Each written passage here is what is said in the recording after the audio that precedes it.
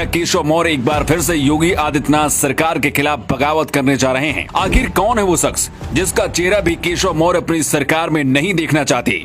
केशव मौर्य के लिए लखनऊ में एक स्पेशल हेलीकॉप्टर खड़ा था, जिस हेलीकॉप्टर से केशव मौर्य को लखनऊ से अयोध्या जाना था। उसी हेलीकॉप्टर में उप मुख्यमंत्री ब्रजेश पाठक भी बैठे थे, लेकिन एक और शख्स उस हेलीकॉप्टर में था जिसे देखकर केशव मौर्य उसे बर्दाश्त नहीं कर पाए। राजनीति में जहां हल्का सा भी धुआं होता है, वहां बहुत बड़ा कुछ होने की गुंजाइश बन जाती है। लेकिन केशव मौर्य का योगी आदित्यनाथ से दूर रहना और उनका चुप्पी साधे रखना कई बड़े सवाल खड़े करता है। पहला सवाल ये है कि क्या वही होने वाला है जो 2021 में हुआ था? क्या योगी आदित्यनाथ की सरकार को पलटने के लिए कोई ऑपरेशन चलाया जा रहा है? और सपा ने जो दावा किया है उसका सच क्या है? इसकी पूरी कहानी परत दर परत समझिए। पिछले कुछ दिनों से केशव मौर्य हर उस मीटिंग और सभा से दूर भाग रहे हैं जहां सीएम योगी रहते हैं या फिर उनका कार्यक्रम होता है। लेकिन यूपी की सियासत में हड़कंप तब मच गया जब केशव मौर्य का एक ट्वीट आया और कुछ मिनट बाद ही उसे केशव मौर्य ने डिलीट कर दिया। ये घटना उस दिन की है जब दिवाली के मौके पर केशव मौर्य को अयोध्या ले जाने के लिए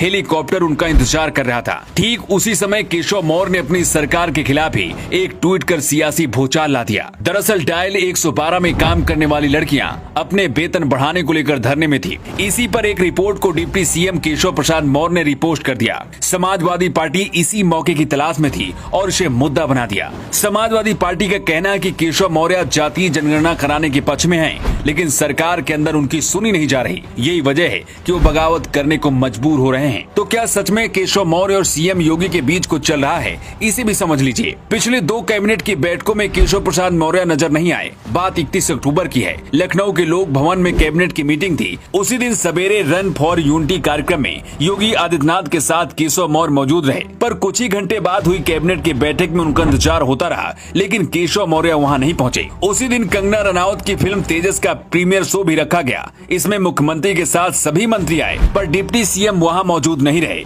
लेकिन जानकर आप हैरान रह जाएंगे कि उसी दिन शाम को शहर के एक कार्यक्रम में केशव मौर्य 2 घंटे तक मौजूद रहे और नाटक देखने का आनंद लेते रहे। इस पूरे मामले को लेकर केशव प्रसाद मौर्य खामोश हैं। कहा तो ये भी जा रहा है कि केशव को फूलपुर से लोकसभा चुनाव भी लड़ाया जा सकता है। कुछ दिन पहले केशव मौर्य को दिल्ली भी बुलाया गया था। जेपी नड्डा और गृह मंत्री अमित शाह के साथ बैठक भी हुई थी। 2017 में 14 साल के वनवास के बाद जब यूपी में बीजेपी की सरकार बनी, तब केशव प्रसाद मौर्य बीजेपी के प्रदेश अध्यक्ष थे। उनका नाम मुख्यमंत्री के दावेदारों में शामिल था, लेकिन अंतिम समय में सीएम योगी आदित्यनाथ को बना दिया गया। तो क्या वो कसक केशव मौर्य के जान में बार बार उठती रहती है? दावा तो ये भी किया जा रहा है कि केशव इस समय बगावत के मूड में है, लेकिन बीजेपी नेताओं का कहना है कि केशव प्रसाद मौर्य ऐसा कदम कभी नहीं उठा सकते। उम्मीद करते हैं सच भी साबित हो। लेकिन केशव मौर्य उमा भारती और कल्याण सिंह से बड़े नेता नहीं हैं। उमा भारती और कल्याण सिंह ने बीजेपी सरकार से बगावत की और उसके बाद ही बीजेपी ने इन नेताओं को साइडलाइन कर दिया। फिलहाल केशव मौर्य की खामोशी कई सवाल खड़े करती है,